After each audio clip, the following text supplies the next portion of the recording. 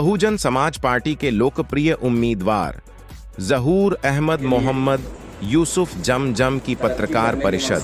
उसकी उन्नति के मकसद से हम ये इलेक्शन लड़ रहे हैं।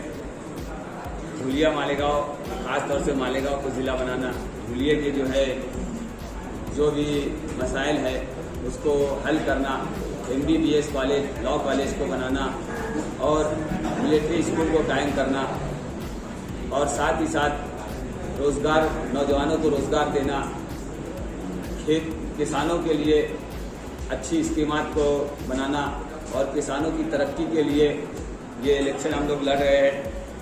भाईचारा कायम हो, देश का संविधान बचाना है, सारे समाज को एक साथ आना है और इस देश की एकता और अखंडता को कायम करने के लिए ये इलेक्शन हम लड़ रहे हैं।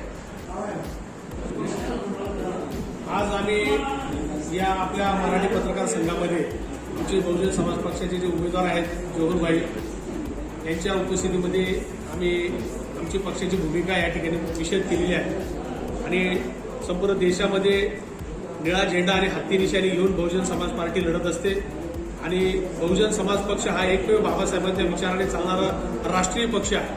म्हणून बाबासाहेब आंबेडकरांच्या विचारांचा पक्ष असल्याने बहुजन समाज पार्टी हीच या देशाचं संविधान वाचू शकते आणि संपूर्ण देशाला आणि बहुजन समाजाला न्याय देऊ शकते ही खात्री संपूर्ण बहुजन समाजाला आहे। म्हणून संपूर्ण बहुजन समाज, दलित, आदिवासी, कष्टकरी बहुजन समाज हा बहुजन समाज पक्षाच्या मागे खंबीरपणे उभा आहे। या देशामध्ये बहुजन समाज पार्टी पूर्ण सीट लढून निवडणूक लढवत आहे आणि आम्हाला आशा आहे की उत्तर प्रदेशमध्ये 50 आणि इतर देशभरातून 25 असे 75 खासदार बहुजन समाज पार्टीचे निवडून येऊ शकतात आणि जे काही चित्र आहे, त्रिशंकू परिस्थिती होऊ शकते। म्हणून बहुजन समाज पार्टीला आशा आहे की या 75 खासदारांच्या भरोशावर आम्ही या देशाचं बहीणकुमारी मायावतीजींना पंतप्रधान बनवू आणि निश्चितच बहुजन समाज पक्षाचं पंतप्रधान झाल्यानंतर या देशाचं संविधान हे निश्चितच सुरक्षित आणि बाबासाहेबांच्या विचाराने काम करेल ही आशा आम्हाला आहे। म्हणून आम्ही जोहरभाऊ यांची उमेदवारी ही धुळे लोकसभेकरिता केलेली आहे। आपण सर्व लोकांनी बहुजन समाज पक्षाला मतदान करावं या आशेने आपल्यासमोर मी ही भूमिका मांडत आहे। धन्यवाद। जय हिंद।